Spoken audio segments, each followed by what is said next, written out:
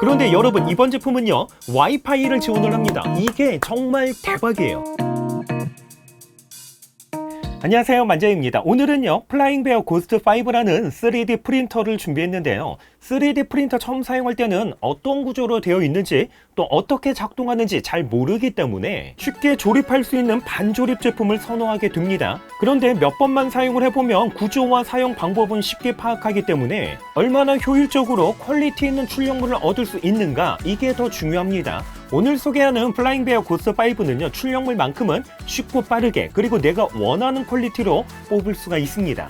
이번 제품은요 완제품이 아니라 반조립 상태로 배송이 되는데요, 그런데 반조립 상태라고 해도 제품마다 조립 난이도가 각각 다릅니다. 저는 이번 고스트5까지 총 4대의 3D 프린터를 조립해서 사용을 해봤는데, 이번 제품의 경우는 조립하는 데만 대략 2시간 정도가 소요가 됐고요, 조립 난이도의 경우는 중급 정도에 해당이 됩니다. 3D 프린터 처음 사용할 때 가장 어렵게 느껴지는 부분이 바로 레벨링 작업인데요, 이 레벨링 작업을 제대로 하지 않게 되면 원하는 출력물을 얻을 수가 없을 정도로 굉장히 중요한 작업이기도 합니다. 그래서 이제 최근에 출시되는 제품들은 오토 레벨링을 대부분 지원을 하고 있는데요, 하지만 이번 고스트5는 오토 레벨링을 지원하지 않습니다. 이렇게 조립한 다음에 레벨링 작업을 수동으로 설정을 해야 되는데요, 레벨링 작업을 하실 때는 한 가지만 기억을 하시면 됩니다. 노즐과 베드 사이에 A4 용지가 뻑뻑하게 들어갈 정도로만 맞춰주시면 된다는 거죠.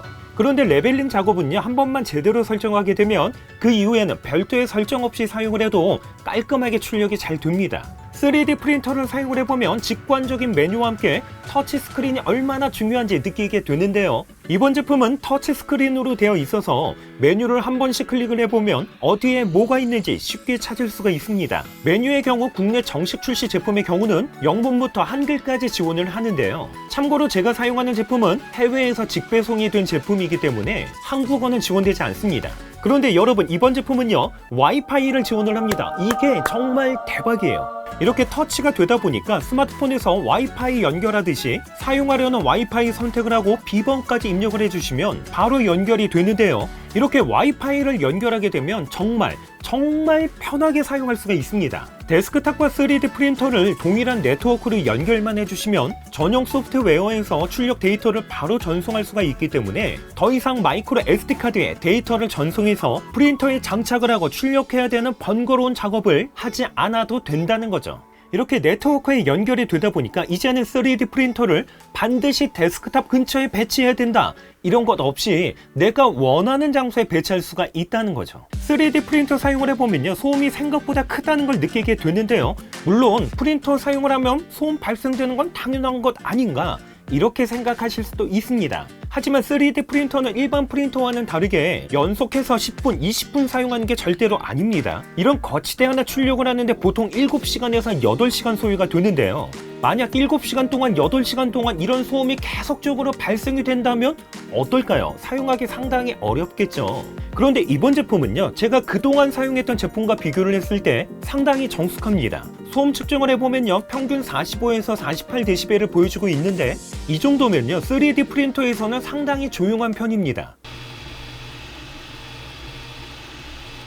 이번 제품은 좌측과 우측 그리고 후면이 완전히 밀폐된 구조로 되어 있으면서 프린팅 방식은 노즐이 X축과 Y축으로 움직이고 베드는 Z축으로만 이동하면서 출력이 되는데요, 출력물의 크기는 최대 255, 210, 200mm까지 가능해서 다양한 크기의 출력물을 뽑을 수가 있습니다. 베드의 경우는 히팅 베드 시스템이 적용이 되어 있기 때문에 출력할 때 베드의 온도는 필라멘트에 따라서 PLA는 60도, ABS는 최대 110도까지 올라가게 됩니다. 저도 3D 프린터를 처음 사용할 때 경험했던 부분인데, 히팅 베드 시스템이 아닌 제품을 사용하게 되면 출력물과 베드 사이에 온도차가 발생이 되고 결국에는 들뜸 현상이 발생이 돼서 원하는 출력물을 얻을 수가 없게 된다는 거죠. 이러면 정말 난감합니다. 지금 보시는 건 고스트5로 출력한 태블릿 거치대인데요, 자세하게 보게 되면 안쪽 굴곡 라인이 상당히 매끄럽게 출력이 됐습니다. 이 정도면요 제가 지금까지 사용을 했던 4대의 3D 프린터 중에서는 출력물의 퀄리티가 가장 좋습니다. 특별히 이번 제품은요 필라멘트 감지 센서가 탑재가 되어 있기 때문에 보다 안정적으로 원하는 출력물을 얻을 수가 있습니다. 그리고 처음 사용할 때 많이 하는 실수 중에 하나가 바로 필라멘트 교체인데요, 익스트루션의 온도가 적정 수준이 아님에도 필라멘트를 빼다가는 중간에 막히는 사태가 발생이 됩니다. 하지만 이번 제품은요, 필라멘트 자동 교체 시스템을 갖추고 있기 때문에 익스트루션의 온도를 자동으로 맞추고 적정 온도가 되면 자동으로 필라멘트를 빼주기 때문에 이러한 사고를 예방할 수가 있습니다. 물론 이번 제품 사용을 하면서 아쉬움도 분명 있었는데요. 오토 레벨링을 지원하지 않는다는 것과 반조립 상태의 제품이긴 하지만 입문하시는 분들에게는 조립 난이도가 다소 높다는 건 조금 아쉽긴 합니다.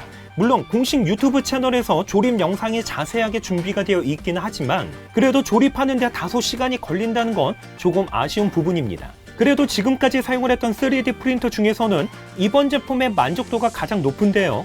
물론 사이즈가 큰 출력물의 경우는 다른 3D 프린터를 사용을 하지만 그런 게 아니라면 현재는 이 제품을 메인으로 사용을 하고 있습니다. 출력물 퀄리티도 높고 무엇보다 정숙하다는 것, 그리고 와이파이로 연결해서 편하게 작업할 수 있다는 걸 고려해보면 이 가격대에서는 상당히 괜찮게 출시가 된 듯합니다. 궁금한 부분이 있으시면 댓글로 남겨주시고요. 그럼 저는 다음 영상으로 또 찾아뵙겠습니다. 이상으로 만장이었습니다.